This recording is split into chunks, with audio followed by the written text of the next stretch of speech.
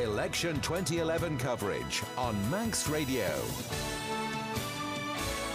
Now then, standing in Peel is a former Commissioner's Chairman, Rodger Gimbert. Unsuccessful in the last election in Peel, he's married with 2 children, moved to the island in 1973, a member of the Positive Action Group. Welcome to the studio, Mr. Gimbert. Good morning. Obviously, Peel has, you've listed them here, quite a few issues, also listed national issues. Are you going to be a domestic MHK, if I put it that way, or are you going to be a national MHK? I'm going to be a bit of both. I think that the people actually want local representation, but they also need central representation. You mentioned, amongst other things, you're for a publicly elected Chief Minister. Now, can the Manx people be relied upon to get that decision right? Well, I think so. I think that what I said on Talking Heads is still valid. I think that we need to have the Chief Minister who is actually endorsed by the people. And I think to do that, we need to actually have a sitting MHK.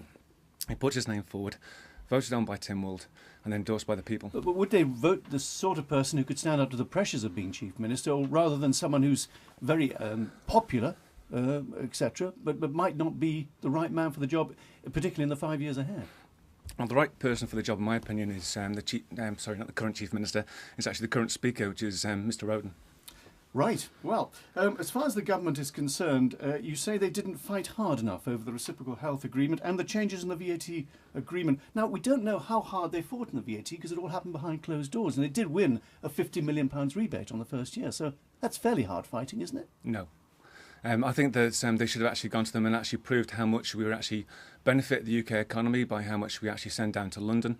I think that the City of London would be able to tell the UK government that we actually do provide them with an awful lot of income. I think it's over £800 million. But the argument is that we have actually been getting more than we should have been getting. So in effect, we've been getting more cookies out of the cookie jar than we should have. So we've been banged up to rights, haven't we? I don't think so. I think that we've been getting what we've been entitled to. I think that the UK government have just looked at the way it's been allocated, and they've just come back to renegotiate it so that they can actually get more off the pot, basically. You say we should be on a better footing with the UK, but if we argue our case is stronger than we're doing at the moment, that's not likely to happen, is it? We're likely to fall out with them. So how can we balance that? Well, we used to have it where we had a good working relationship with the UK, but at the moment, because they're short of money, they're actually looking for every means of increasing their income stream, which is what we need to do as well. But what we're finding out is that if they actually take 100 million off us, that's 20% of our income, but to them it's a drop in the ocean. But what we need so they should be more generous with us? Well, not more generous, but they should actually accept the fact that we are actually providing them with a lot of income coming into the UK. Speaking of generosity, you say our pensioners should receive the most generous pension the government can afford. That's the point, isn't it? The government can't afford the pensions at the moment. Well, the thing is that people have actually paid into the pensions via the national insurance all of their lives, and it was a bit of an issue that they've actually turned around now and said that they can't afford it. So I think we need to find ways to make it happen. A crown dependency and our relations with Europe. You want a referenda on that. What happens if the population says yes, we should split? We should go our own way. Well, it'll give us some problems, couldn't it? In some ways, I think we'd actually have to link in with another country. I think if you're looking at whether to be part of the EU or to be part of just the EEA, you could link in with something like Norway, which actually would give us all of the that's been suggested by Phil Gaughan, of course. It was suggested, I think, on Tynwald Hill. Local issues, the sewage in Peel. Mm-hmm. What's your view on that? Well, I don't want a regional sewage treatment works in Peel. I think there are multiple issues with that.